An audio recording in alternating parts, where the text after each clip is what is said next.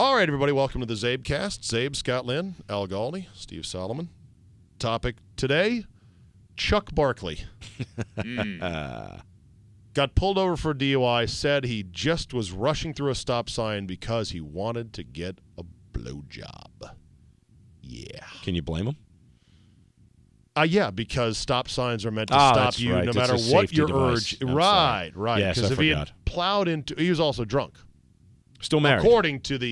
According to the officer who arrested him. Said he had a couple of drinks, and the officer said, "Have you been drinking?" And because he saw his eyes were all blown up and watery and whatnot, and he said, "Did you want me to give you a bullshit answer, officer?"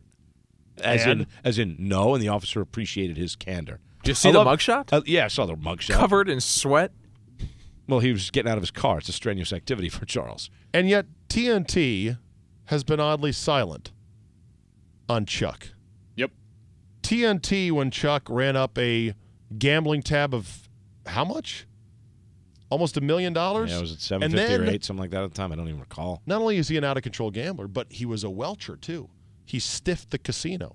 The casino was trying to get their money. That the only way they know how is to go out and publicly embarrass him. And that's when Chuck is like, "Oh, this is ridiculous. I always pay all my bets. I can't believe they're doing this." Yeah, I've heard that story a lot of times. It's the way they do it, though. From people who owe money, and yet, well, you didn't have to go that far. No, we did, because you weren't paying, and now you will be paying. Like when I stopped by my brother's house and refused to leave one night after work until he cut me a check for something he owed for a present. Dude, I was going to pay you. This one. Whatever. No, you keep saying that until I came here to get it. Talk is cheap. So, question, is Barkley trying to get fired?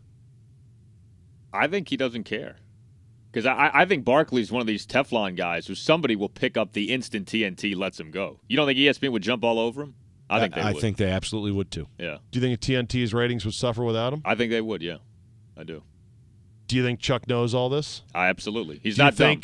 Yeah, no, exactly. You call Chuck a lot of things. He ain't an idiot. He's an idiot for blowing a stop sign and for drinking and driving. Yes, dumb and dumb. Why is Chuck Teflon coated, and why is Michael Irvin out of a broadcasting job? Michael's offenses were, and I'm not saying this is right, but Michael's offenses were hardcore drugs. Charles is more... Not recently. No, but... Didn't get a DUI. He has that in his past. Wasn't found with a handgun in the car, which may or may not have been licensed or registered. No, I know. That's not a very good reason. Never spit on a kid. Never threw a midget through a window. Right. That was a contest. Come on. Never got in deep in gambling and didn't pay his debts. And Chuck has this like John Daly thing going for him where it's just lovable Chuck. It's Chuck being Chuck. And Irvin doesn't have that for whatever reason. I mean, how can Barkley criticize the face of the league, LeBron, and still be gainfully employed? Unfairly criticize him at that. By a league broadcast partner. Yeah. Good question, So Zabe. what will it take for Chuck to get fired?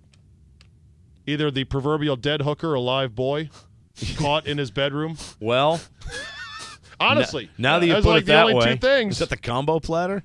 No, that's what they say.